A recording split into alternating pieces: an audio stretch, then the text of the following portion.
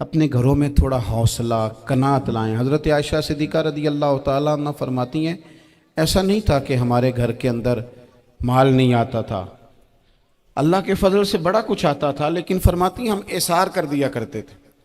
حضور کا مزاج اثار کر دینے کا ہے۔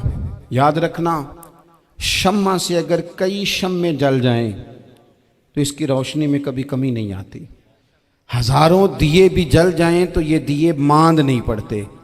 مہنگائی بڑی زور کی ہو گئی، غریب آدمی کی آزمائش بڑھ گئی۔ ہمیشہ مہنگائی سے غریب لوگ متاثر ہوتے ہیں۔ امیروں کی تو چیزیں مہنگی ہو جاتی ہیں، وہ تو سنگل انہوں نے جمع کی ہوتی ہیں، مہنگی ہوتی ہیں تو ڈبل میں بیچتے ہیں۔ غریب پستا ہے، لیکن دکھ کی بات یہ ہے کہ ہم ایک دوسرے کا ساتھ نہیں دیتے۔ مقروض ذہنی اذیت کا شکار ہے۔ 3 دن ہے نا عید کے، تو ایک جوڑے سے بھی گزارے جا سکتے ہیں، ایک سے بھی۔ اکثر لوگ تو ویسے ہی عید کی نماز پڑھ کے سو جاتے ہیں، اور جو بیدار بھی ہیں وہ بھی کپڑے بدل کر کے جانور کے ذبح میں مشغول ہیں۔ ہم نے اس عید پہ کوشش کرنی ہے کہ ہماری گلی میں، ہمارے محلے میں، ہمارے دائیں بائیں تھوڑا سفر کریں، بچوں کو دیکھیں، سرکاری سکول سے نکلتے بچوں کو دیکھیں، مساجد مدارس سے نکلتے بچوں کو دیکھیں۔ ہم نہ ایک ایک دو دو کا ساتھ دیں۔ یہ جتنی سیاسی جماعتیں کام کر رہی ہیں، جن کی حکومت تھی، جن کی ہے، پتہ نہیں کل کس کی آئے گی، میں تو ذاتی طور پر ان سے پورا مایوس ہوں۔ مجھے تو نہیں لگتا کہ جتنے لوگ آج تک حکومت کر چکے ہیں، بار بار آتے ہیں یا پچھلی حکومت گئی ہے، ان کے پاس کوئی پلان ہی نہیں ہے۔ یہ تو بیچارے ایک دوسرے کی ٹانگیں کھینچنے کے علاوہ نہ کچھ کر سکے ہیں، نہ امید ہے کچھ کریں گے۔ لیکن غریب کی تکلیف بڑھ گئی ہے۔ میرے پاس 20 لوگ آتے ہیں، آتے تو وہ دعا کا کہنے ہیں، آتے تو صرف یہ بتانے ہیں کہ اس مشکل میں ہوں، دعا کرنا۔ لیکن دوستو، لوگوں کی باتیں سن کے بڑی تکلیف ہوتی ہے۔ ہم کیا کسی کی مدد کر سکتے ہیں؟ ہمارے لیے تو مدارس چلانے مشکل ہیں، لیکن لوگ اذیت کا شکار ہیں۔ ذہنی کرب کے نیچے لوگ آ گئے، اتنی بڑی اذیتیں کھڑی کر دی گئی ہیں۔ تھوڑا تھوڑا دیکھو، 2 کا کھانا 3 بھی تو کھا ہی سکتے ہیں نا، 3 کا کھانا 4 بھی تو کھا ہی سکتے ہیں نا۔ میرے محبوب نے ہمیں یہ نہیں کہا تھا زیادہ گوشت پکانا، بلکہ رسول پاک نے تو رنگ ہی بڑا سادہ دیا ہے۔ کریم نے فرمایا عائشہ شوربہ ذرا زیادہ کر لو، پڑوسیوں کو بھی سالن دے دیں گے، تھوڑا شوربہ زیادہ کر لو، اسی کو بڑھا لو، تھوڑا شوربہ بڑھا لیں، تھوڑا تھوڑا ایک دوسرے کی مدد کریں، دست شفقت رکھیں۔ گلیوں میں سنسان لوگ، اب تو لوگ ایک دوسرے سے دکھ بھی نہیں کہتے، وہ کہتے ہیں دینا کسی نے ہے کچھ نہیں، اور تماشا الگ سے بن جائے گا۔ دوستو، ہم نے خود ایک دوسرے کا ہاتھ بٹانا ہے۔ جو لوگ صاحب ثروت ہیں، دیکھو ایک ہی باپ کی اولاد ہوتی ہے، ایک کو اللہ بڑا نواز دیتا ہے، 2-3 کمزور رہ جاتے ہیں، اس کو چاہیے وہ دوسروں پہ دست شفقت رکھے۔ ایک گلی میں سارے لوگ ایک ہی قبیلے کے، ایک ہی علاقے کے، ایک آگے نکل گیا ہے، اسے چاہیے وہ دوسروں کا خیال کرے۔ عزیز بھائیوں، ہم نے اس کمر توڑ مہنگائی کے دور میں ان اللہ وملائکتہ یصلون علی النبی یا ایہا الذین آمنوا صلوا علیہ وسلموا تسلیما۔ الصلاۃ والسلام علیک یا سیدی یا رسول اللہ وعلی آلک واصحابک یا سیدی یا حبیب اللہ۔ الصلاۃ والسلام علیک یا سیدی یا نبی اللہ وعلی آلک واصحابک یا سیدی یا رحمۃ للعالمین۔ تمام تعریفیں، حمد و ثنا اللہ تعالیٰ جل مجدہ الکریم کے لیے، اور درود و سلام نبی اکرم نور مجسم شفیع معظم آقا کل ختم رسول دانائے سبل احمد مجتبیٰ جناب حضرت محمد مصطفیٰ صلی اللہ تعالیٰ علیہ وسلم کی ذات والا صفات کے لیے حمد و صلات کے بعد، اس دارالعلوم کے ان خوبصورت طلباء کرام کی دستار فضیلت کے موقع پر آج کی اس تقریب سعید کا انعقاد کیا گیا ہے۔ اللہ تعالیٰ کوشش کرنے والوں کی کاوش کو اپنی بارگاہ میں قبولیت کا شرف عطا کرے۔ ہم سب کو اللہ تعالیٰ دین کے کاموں میں اخلاص کی توفیق عطا فرمائے۔ اس محفل پاک کو عقائد کی پختگی، اعمال کی درستگی اور ہمارے گناہوں کی معافی کا سبب بنائے۔ آپ لوگ تشریف رکھیں جی، بیٹھ جاؤ بیٹا، سب بیٹھ جائیں، تھک جائیں گے آپ بلا وجہ، تشریف آسانی سے بیٹھ۔ نہیں، تقریر تو میں کر رہا ہوں، یہ کسی اور نے کیسے شروع کر دی؟ اس وقت میرا ٹائم ہے جی تقریر کا، اور کوئی نہیں کرے گا، خاموشی سے بیٹھیں، اللہ آپ کو جزائے خیر دے۔ آپ لوگ اگر بیٹھ جائیں گے تو اچھا رہے گا، پچھلوں کو بھی آسانی ہو جائے گی۔ پیچھے آپ کے لوگ تکلیف میں ہیں، نہیں پیچھے دیکھنے کو نہیں کہا، بیٹھنے کو کہا، اگر آسانی سے بیٹھ سکیں اللہ آپ کو جزائے خیر عطا فرمائے۔ کسی اور جگہ پہ اہتمام ہو جاتا زیادہ اچھا تھا، کچھ تھوڑی سی دشواری احباب کو ہوئی، لیکن کئی دفعہ دور سے بندہ چل کے آئے تو اسے نماز کا زیادہ ثواب ہوتا ہے۔ تو آپ تھوڑا سا، ہمارا گفتگو کا وقت ہے، لمبا نہیں، آپ اگر اطمینان سے بیٹھ جائیں گے تو دو چار باتیں اپنی بساط کے مطابق عرض کرنے کی کوشش کروں گا، اللہ توفیق عطا فرمائے۔ سب سے پہلی بات تو یہ ہے کہ یہ دستار فضیلت ہے طلباء کا۔ علم کا لغوی معنی جاننے کے ہوتے ہیں۔ علم حاصل کیا جاتا ہے کسی چیز کی معرفت کو حاصل کرنے کے لیے۔ جب ہم کوئی علم حاصل کرتے ہیں تو ہم یہ چاہتے ہیں کہ ہمیں اس چیز کے نفع اور نقصان کا پتہ چل جائے، اور جب ہم دینی علم حاصل کرتے ہیں تو اس کا مقصد یہ ہوتا ہے کہ ہمیں رذائل اور خسائل ان دونوں کی خبر ہو جائے، خیر کیا ہے شر کیا ہے اس میں تمیز کا ملکہ ہمیں نصیب ہو جائے، اچھائی اور برائی کھل کر ہمارے سامنے واضح ہو جائے۔ یہ مقصود ہوتا ہے علم سے۔ علم سے، تعلیم سے مقصد زیادہ باتیں کرنا نہیں ہوتا۔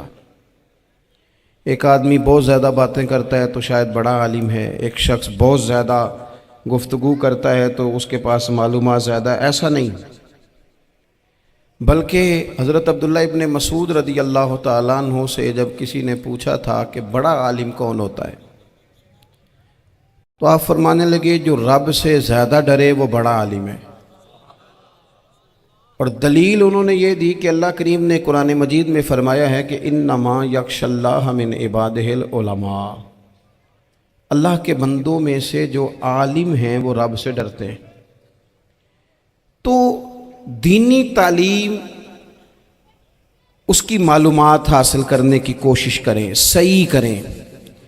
قرآن مجید کی ایک آیہ کریمہ کا کچھ حصہ جو میں نے تلاوت کیا، اس میں اللہ کریم نے فرمایا اپنے محبوب سے، کہا وَقُلْ رَبِّ زِدْنِی عِلْمًا، اے محبوب آپ میری بارگاہ میں یہ دعا مانگیں، آپ یہ عرض کریں کہ اے رب میرے علم میں اضافہ کر دے،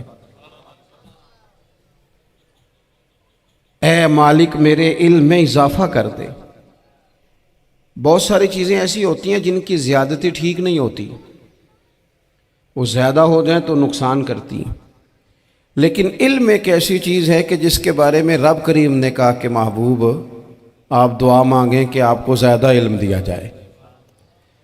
اور پھر علم ایک ایسی چیز ہے کہ کوئی بھی آدمی یہ دعویٰ نہ کرے کہ میں نے اب بڑا حاصل کر لیا ہے، میری اب تکمیل ہو گئی ہے، میں اب مکمل ہو گیا ہوں۔ جن کو اللہ نے غیب کے خزانوں کی کنجیاں دی ہیں نا، ان سے بھی رب کریم نے کہا ہے کہ محبوب آپ دعا کریں کہ مالک میرے علم میں اضافہ کر دے۔ تو جب وہاں تک یہ بات ہے تو پھر عام آدمی کو بھی چاہیے کہ وہ اپنی معلومات میں اضافے کا شوق پیدا کرے۔ اور تیسری بات یہ کہ جو حضور کے علم شریف پر بات کرتے ہیں وہ بھی اس آیت سے سیکھیں کہ حضور کا علم تو ہر روز رب اس میں اضافہ فرما رہا ہے، تو ہر روز اضافہ ہو رہا ہے، وَلَلْآخِرَةُ خَيْرٌ لَكَ مِنَ الْأُولَىٰ، ہر روز ترقی ہو رہی ہے حضور کے علم شریف کی بھی۔ تو ہمارے ہاں زیادہ تر لوگ بات اس لیے سیکھتے ہیں کہ میں کوئی کہیں سے مسئلہ سیکھوں گا پھر جا کے اپنی مسجد کے امام کو تنگ کروں گا کہ وہاں تو میں یہ سن کے آیا ہوں تو یہاں یہ کام کیوں نہیں ہوتا، میں کوئی بات سیکھوں گا تو پھر میں اس سے بحث کا دروازہ کھولوں گا۔ علم کا مطلب ہی اپنے آپ کو سنوارنا ہے. معلومات حاصل کرنے کا مطلب یہ کہ آپ کے عمل میں پختگی آئے, آپ کے کردار میں پختگی آئے, آپ نے جو سیکھا ہے آپ اس کے مطابق اپنے آپ کو ڈھالیں. مسلم شریف میں موجود ہے, نبی پاک صلی اللہ علیہ وسلم نے دعا مانگی ہے, اے اللہ میں اس علم سے تیری پناہ مانگتا ہوں جو علم تو ہو پر نفع والا نہ ہو. جس بندے کے علم نے اسے نفع نہیں دیا, وہ کچھ سیکھ نہیں سکا اس سے, تو اس کا علم کسی کو کیا نفع دے گا. جب خود سے اس نے, اور صوفیہ کرام تو فرماتے ہیں کہ جو لوگ بڑی معلومات حاصل کر لیں, بڑی باتیں سیکھ لیں, پنچایت میں کسی کو بولنے نہ دیں, گھر میں کسی کو بولنے نہ دیں, بہت سارے لوگ تو علماء کو بھی مشورہ دیتے ہیں, بڑی باتیں کرے لیکن عمل کے لحاظ سے بندہ زیرو ہو تو اہل دل فرماتے ہیں اس کی صحبت سے بچو. اسے بڑا پتہ ہے, بڑی باتیں آتی ہیں, بڑی باتیں آتی ہیں, بڑی باتیں کرتا ہے, لیکن گفتگو کی حد تک تو بہت بڑا ہے, عمل کے معاملے میں صفر ہے. بہت سارے لوگ مسجد کے حجرے میں میٹنگ ہو رہی ہوتی ہے اور وہ لمبی لمبی دلیلیں اور مشورے دے رہے ہوتے ہیں, نماز کا ٹائم آ جائے تو اٹھ کے چلے جاتے ہیں, کہتے ہیں میں اپنے محلے دی مسیتیں پڑھنی. کئیوں کو کام یاد آ جاتا ہے. فرمایا کہ شخص کے پاس معلومات بڑی ہوں لیکن عمل کے معاملے میں بندہ زیرو ہو تو اسے بچنا کیوں؟ اس لیے کہ اگر پڑھا لکھا آدمی بے عمل ہونا تو وہ اپنی بے عملی پر بھی دلیلیں پیش کرتا ہے. وہ کہتا ہے میں یہ کام نہیں کرتا تو یہ میرے پاس دلیل ہے. وہ تو بے عملی کو بھی مزین کر دے گا معاذ اللہ. تو دینی تعلیم ایک تو حاصل اس لیے کریں کہ ہم نے اپنے آپ کو سنوارنا ہے, اور دوسرا علم کا شوق طبیعت میں ہو. دیکھیں نا, اللہ کے حبیب صلی اللہ علیہ وسلم نے فرمایا ہے کہ جو علم کے رستے پہ چل پڑا وہ جنت کے رستے پہ چل پڑا ہے. جمعوں میں, محفلوں میں کانوں کے ذائقے کے لیے نہ آئیں, اس لیے آئیں کہ میرے علم میں, میرے عمل میں یہ کوئی اضافے کی بات بنے گی, میں کوئی نصیحت حاصل کروں گا تو میرے دل کا زنگ اترے گا. ہمارے ہاں یہاں لوگ مزے کے لیے آتے ہیں اور آج کل لوگ فوٹو کے لیے آتے ہیں. ان دو کاموں سے نکل کر خالص اصلاح کی نیت سے علم کا شوق, ہمارے ہاں تیزی سے ایک حرکت کی گئی, علماء کا وقار خراب کیا گیا اور لوگوں کو دینی علوم سے دور کیا گیا. اور اس میں بعض بیچارے واعظین اور خطباء نے بھی کردار ادا کیا جب جعلی پیر کی تعریفیں کھول کے کیں, اور اسے پتہ نہیں کہاں تک. یہ اسٹیج ہوتے ہیں نا, ان میں کوئی بندہ اچھا لگے بھی تو اس کے لیے دعا کرنی چاہیے, تعریفیں نہیں کرنی چاہیے.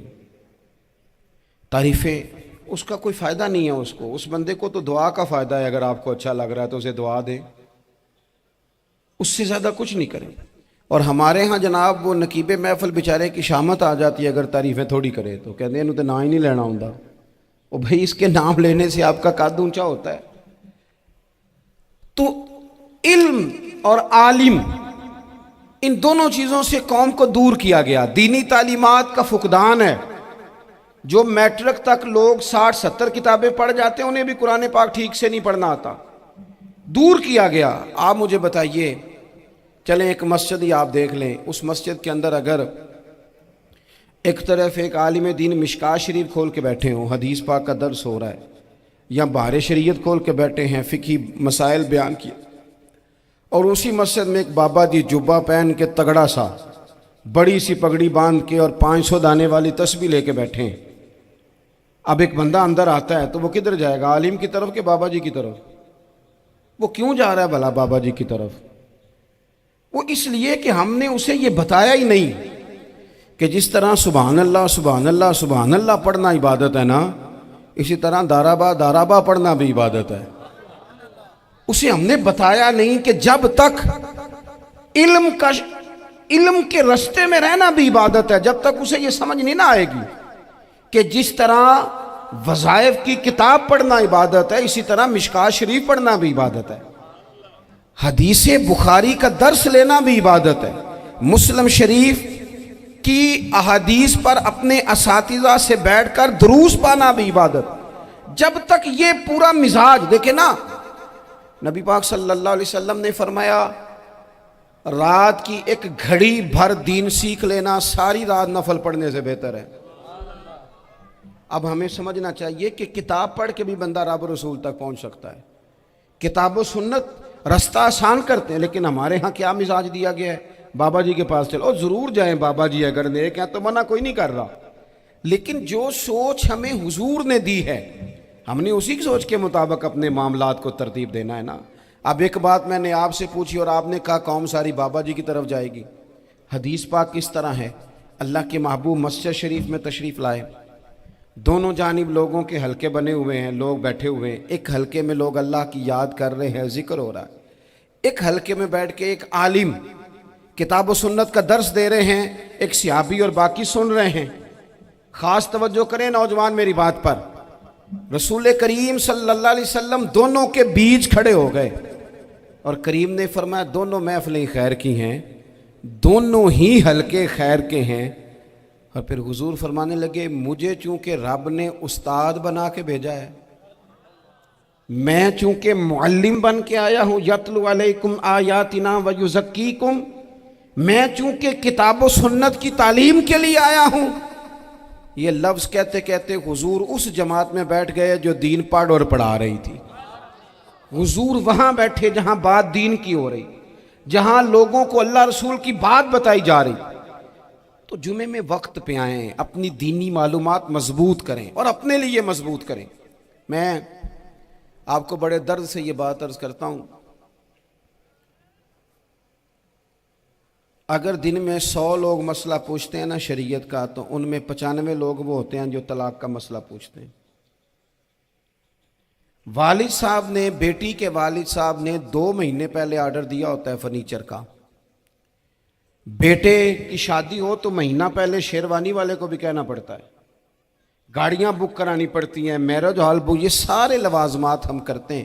سارا کچھ کیا، گاڑی سے گھر بسنا ہے، میرج ہال سے بسنا ہے، فرنیچر سے بسنا ہے.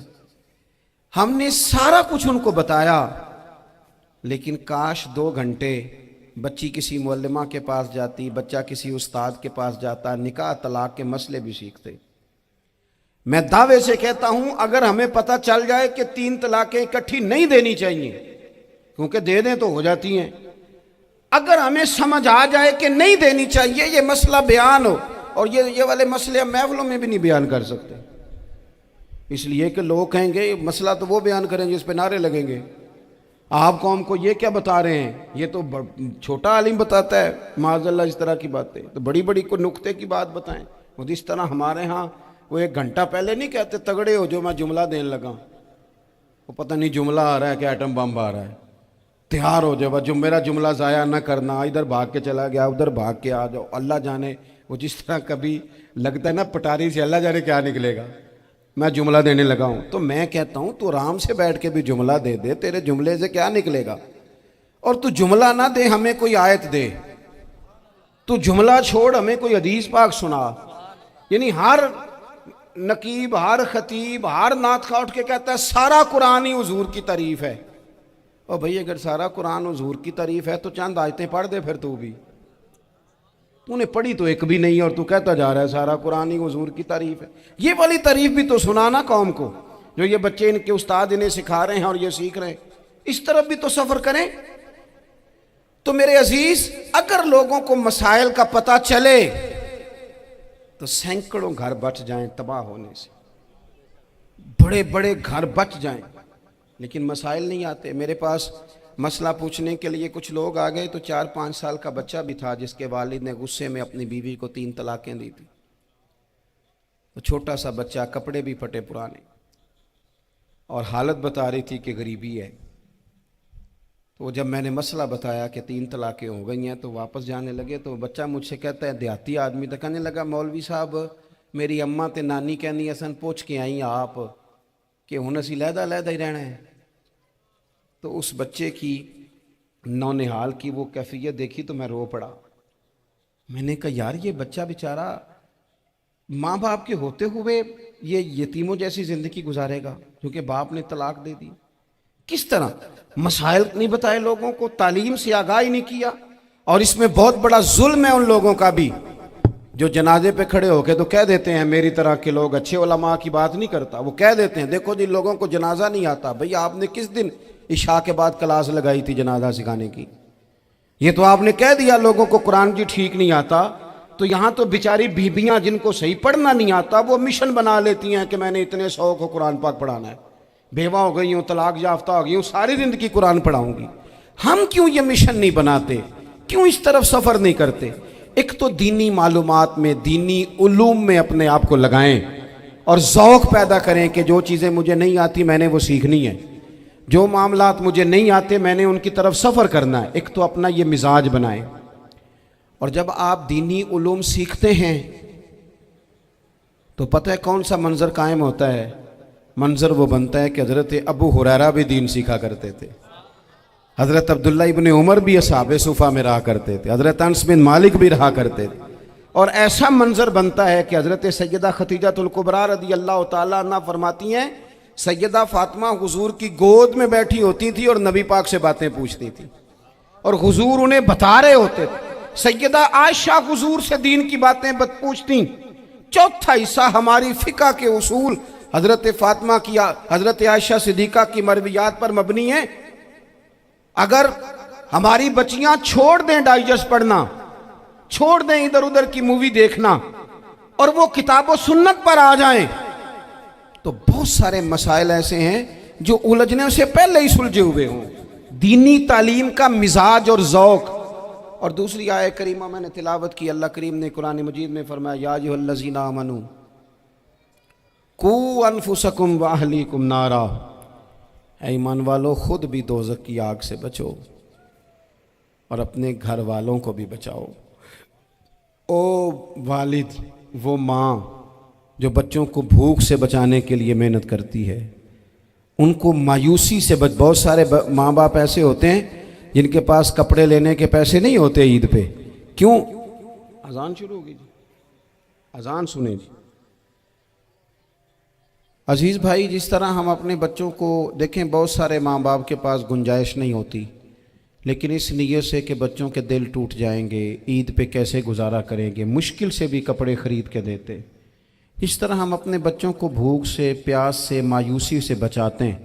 اس طرح ہمارے رب نے ہمارے ذمے لگایا ہے کہ تم اپنے بچوں کو کوشش کرو دوزخ کی آگ سے بچانے کی۔ حضرت عمر فاروق رضی اللہ تعالیٰ عنہ نے عرض کیا تھا یا رسول اللہ صلی اللہ تعالیٰ علیہ وسلم، اس آیہ کریمہ کا معنی کیا ہے؟ تو محبوب کریم علیہ السلام نے فرمایا عمر، جن چیزوں کا اللہ تمہیں حکم دیتا ہے تم اپنے گھر والوں کو ان چیزوں کا حکم دو، جن چیزوں سے رب رسول تمہیں منع کرتے ہیں اپنے گھر والوں کو ان سے روکو، اپنے گھر کے اندر نفاذ دین کرنے کی کوشش کرو۔ میرے بھائی، بہت زیادہ آزمائش ہے ہمارے گھروں میں، بے چینیاں ہیں، اضطراب ہے، بچوں میں سختی ہے، بہن بھائی ایک دوسرے کے ساتھ لڑتے ہیں، مزاجوں میں تلخی آ گئی۔ کیوں بھلا؟ اس لیے کہ ماں باپ کو جو بہترین کردار اور جو حسین طریقہ گھر میں اپنانا چاہیے تھا، بچے تقریر باہر سے سنتے ہیں لیکن وہ فالو اپنے ماں باپ کو کرتے ہیں۔ اگر ماں باپ میں حوصلہ ہو، صبر ہو، اطمینان ہو، خودداری ہو، تھوڑے پر گزارا کرنے کا مزاج ہو۔ دیکھیں نا، آج ڈپریشن ہے، ٹینشن ہے، پینکس اٹیکس ہیں، بڑی ساری چیزیں آ گئی ہیں۔ کیوں بھلا؟ صبر نہیں، تحمل نہیں، بردباری نہیں۔ آزمائے۔ ایک دن ایک بچہ میرے پاس آ گیا مدرسے کا، اور آ کے وہ رونے لگا۔ میرے گھر والے کہنے لگے کھانا چھوڑ دیں، پہلے اس کی بات سن لے۔ میں نے کہا پتر کیا ہوا؟ کسی نے مارا ہے کسی استاد نے؟ کہنے لگے نہیں حضرت، گھر فون کیا تھا تو میری اماں اور ابا کی لڑائی ہو رہی ہے۔ بچہ کانپ رہا ہے، ٹانگیں کانپ رہی ہیں۔ میں نے کہا کیا ہو کیا گیا تمہیں پتر؟ لڑائی ہو رہی ہے تو گھروں میں ہو ہی جاتی ہے۔ کہنے لگے نہیں، آپ کو پتہ نہیں، وہ بڑا سخت لڑتے ہیں۔ میرے والد جب میری والدہ کو مارنے کے لیے آگے بڑھتے ہیں تو ہم سارے چارپائیوں کے نیچے چھپ جاتے ہیں، ہمیں خوف آتا ہے، وہ منظر خطرناک ہوتا ہے۔ یہ کون تکلیف دے رہا ہے اپنے بچوں کو؟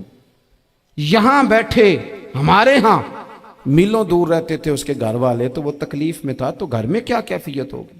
اگر حوصلہ ہو، صبر ہو، قناعت ہو، اللہ کے دیے ہوئے تھوڑے رزق پر ہمیں راضی رہنا آتا ہو، ہمارے گھروں میں سکون آئے۔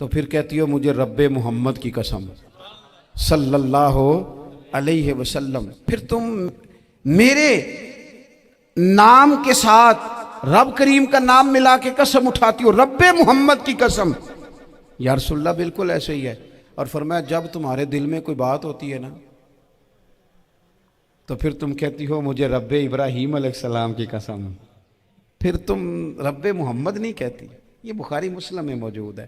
حضرت عائشہ صدیقہ نے تو بات سنی تو کھل گئی طبیعت. کہنے لگی کریم صدقے جاؤں یہاں تک خیال فرماتے ہو. کس کے جملے کہاں پہنچ گئے یہاں تک خیال ہے.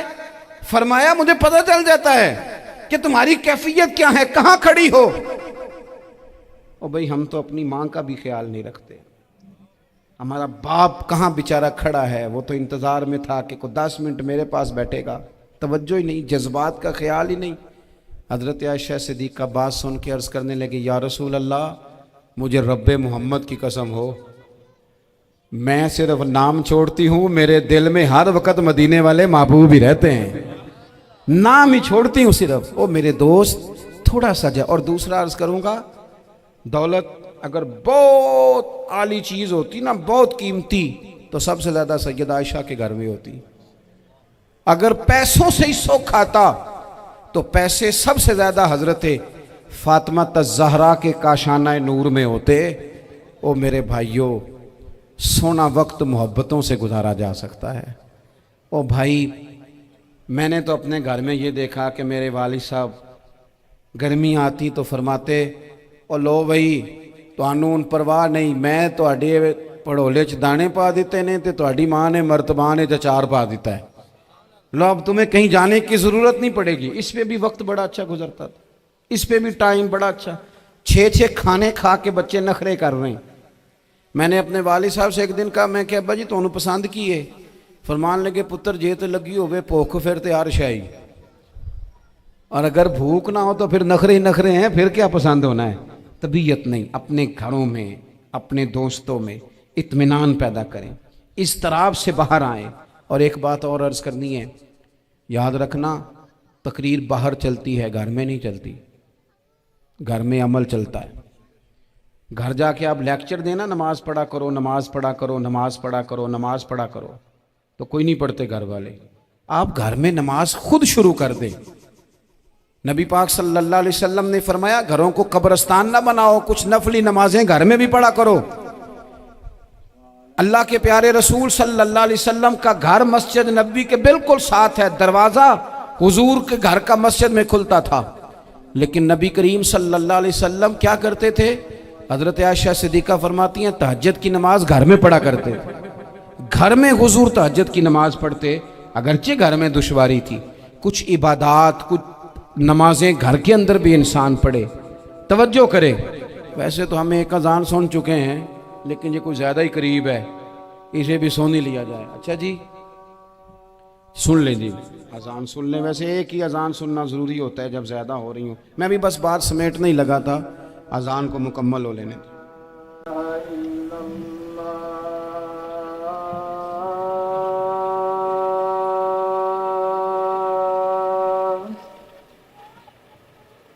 أشهد أن لا إله إلا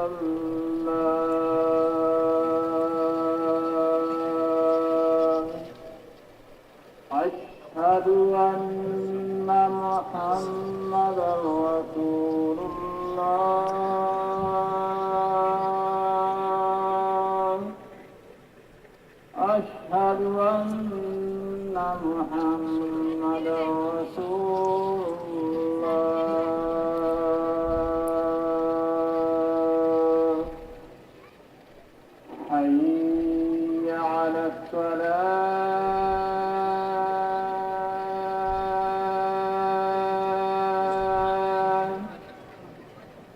حي على الصلاة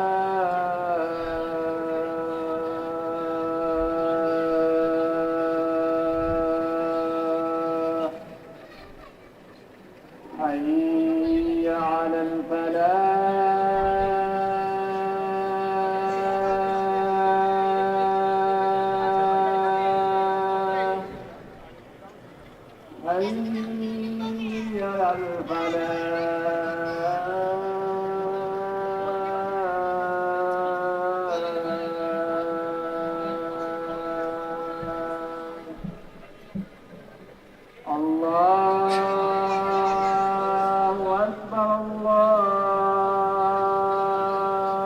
أكبر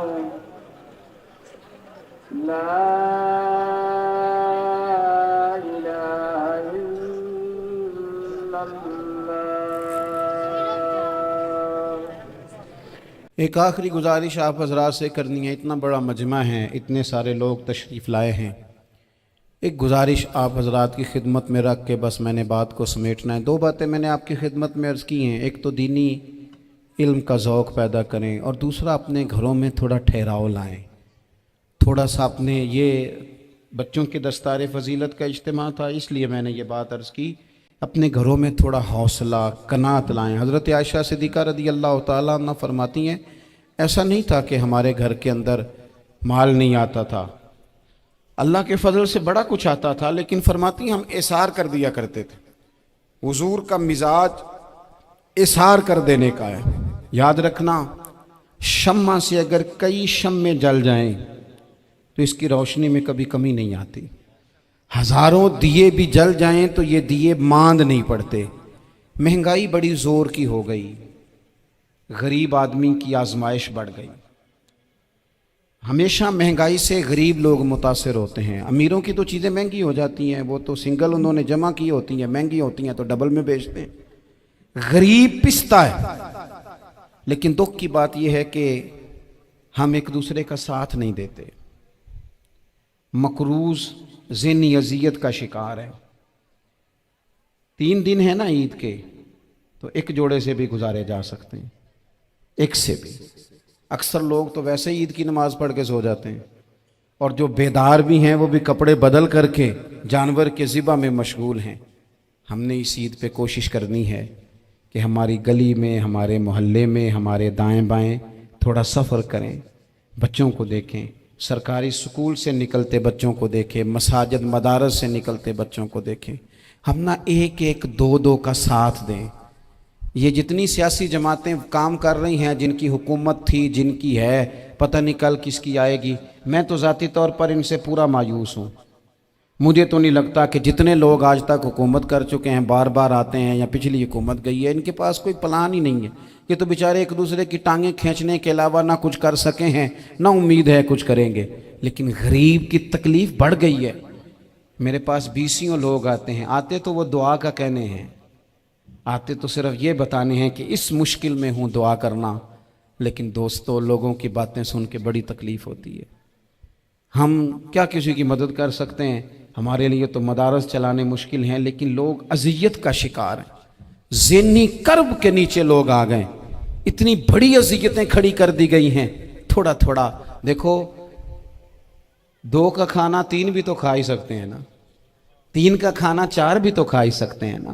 میرے محبوب نے ہمیں یہ نہیں کہا تھا زیادہ گوشت پکانا, بلکہ رسول پاک نے تو رنگ ہی بڑا سادہ دیا ہے. کریم نے فرمایا, عائشہ شوربہ ذرا زیادہ کر لو, پڑوسیوں کو بھی سالن دے دیں گے. تھوڑا شوربہ زیادہ کر لو, اسی کو بڑھا لو, تھوڑا شوربہ بڑھا لیں, تھوڑا تھوڑا ایک دوسرے کی مدد کریں, دست شفقت رکھیں. گلیوں میں سنسان لوگ, اب تو لوگ ایک دوسرے سے دکھ بھی نہیں کہتے, وہ کہتے ہیں دینا کسی نے ہے کچھ نہیں, اور تماشا الگ سے بن جائے گا. دوستو, ہم نے خود ایک دوسرے کا ہاتھ بٹانا ہے. جو لوگ صاحب ثروت ہیں, دیکھو ایک ہی باپ کی اولاد ہوتی ہے, ایک کو اللہ بڑا نواز دیتا ہے, 2-3 کمزور رہ جاتے ہیں. اس کو چاہیے وہ دوسروں پہ دست شفقت رکھے. ایک گلی میں سارے لوگ ایک ہی قبیلے کے, ایک ہی علاقے کے, ایک آگے نکل گیا ہے, اسے چاہیے وہ دوسروں کا خیال کرے. عزیز بھائیوں, ہم نے اس کمر توڑ مہنگائی کے دور میں نے جمعے میں امیر لوگوں سے کہا تھا کہ قربانیاں کرنی تو ہے ہی, تو تم تو سارا سال گوشت کھاتے ہو. کیا آپ کو بتاؤں کہ ہم اس وطن میں رہتے ہیں جہاں فریج اور فریزر بڑی سے پہلے زیادہ بکتے ہیں. فریج نہیں لے آؤ, بڑی لے آؤ, چونکہ گوشت سیو کرنا ہے, سارا سال بھی تو ملتا ہے نا امیروں. میں نے تو کہا تھا اس گاؤں میں لے جاؤ جہاں قربانی کوئی نہیں کر رہا, ذبح ہی وہاں جا کے کر لو. تھوڑی سی گنجائش بنائیں اپنے دلوں میں. یہ ضروری نہیں کہ سامنے والا آپ کا شکریہ بھی ادا کرے. حضرت عائشہ صدیقہ رضی اللہ تعالیٰ عنہ, اماں جی ایک کنیز رکھی ہوئی تھی, حضرت عثمان غنی نے دی تھی کہ آپ کی خدمت کریں گی. تو وہ کنیز کہتی ہے کہ اماں جی تو میری بھی روٹیاں پکا دیتی تھی. وہ تو میرے لیے بھی کھانے کا اہتمام کر دیتی تھی، لیکن کوئی دروازے پہ اگر مانگنے آتا تو حضرت عائشہ صدیقہ مجھے کہتی اسے خیرات دے آؤ، تو میں کہتی اماں جی یہ کام تو لوگ دوڑ کے کرتے ہیں اور آپ یہ مجھے کہہ رہی ہیں میں کر دوں؟ تو حضرت عائشہ فرماتی جب کوئی بندہ کسی کو دیتا ہے تو وہ شکریہ ادا کرتا ہے، میں چاہتی ہوں وہ شکریہ بھی تیرا ہی ادا کر جائے، میں نے جو اجر لینا ہے وہ رب کی بارگاہ سے لینا ہے۔ تو میرے بھائی اپنی زندگی میں تھوڑا سا تو دل بڑا کریں، تھوڑی تھوڑی گنجائش پیدا کریں، اور یہ ضروری نہیں کہ اس بندے کا آپ سے بڑا اچھا سلوک ہی ہو، نہ بھی ہو اس غریب کا سلوک اچھا، تو بعض اوقات بندہ غریبی میں تلخ بھی تو ہو ہی جاتا ہے نا۔ بعض اوقات انسان پہ غربت زیادہ آ جائے تو اس کی طبیعت بھی تو، بیمار آدمی سخت بھی تو ہو جاتا ہے۔ تو میری آپ سے یہ گزارش ہے کہ یہ جو دن چل رہے ہیں وہ ہمارے ہاں ہمارے حکمران کہتے ہیں مزید سخت فیصلے کرنے پڑیں گے۔ میں نے کہا تمہارے لیے تو آسان ہے، اس لیے کہ تم تو جس دفتر میں بیٹھ کے فیصلہ کرتے ہو اس کی تو بتی کوئی نہیں جاتی، تمہیں کیا پتا ہو، وہاں تو اے سی بھی 1 منٹ کے لیے بند نہیں ہوتا۔ یہ تو اس سے پوچھو باپ سے کہ جو عید سے پہلے اپنی بیوی سے مشورہ کر رہا ہے کہ عید آ گئی ہے، اگر بیٹی کے گھر کپڑے نہ بھیجے تو اس کی ساس باتیں کرے گی۔ یہ چھوٹی عید گزری تھی نا، تو ہمارے ہاں کچھ لوگ سمجھتے ہیں کہ سخاوت صرف رمضان میں ہی کرنی ہے، اور رمضان میں ثواب زیادہ ہے، ورنہ راشن ونڈن والے لوگ کو عیدوں بعد بھی بھوک لگ دیجئے، عید کے بعد بھی اسی طرح ہی غریب کے ساتھ پیٹ ہوتا ہے، لیکن توجہ نہیں۔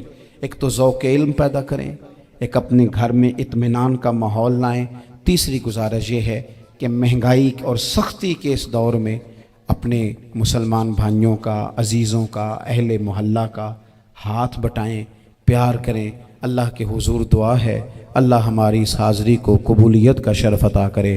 آخر دعوانا ان الحمدللہ رب العالمین۔ صاحب سے دستار بندی کا شرف حاصل کر رہے ہیں حافظ محمد ابو بکر صاحب۔ حافظ محمد ابو بکر صاحب جی۔ حافظ محمد عدنان کاشف صاحب۔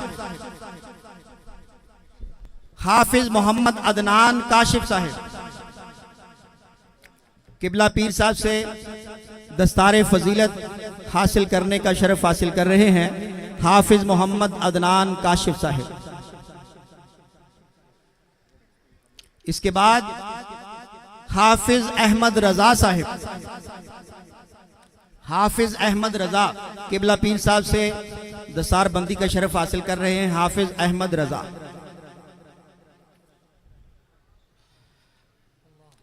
نعرہ تکبیر، نعرہ رسالت، نعرہ حیدری۔ اور اس کے بعد سٹیج پہ آتے ہیں حافظ محمد محتشم۔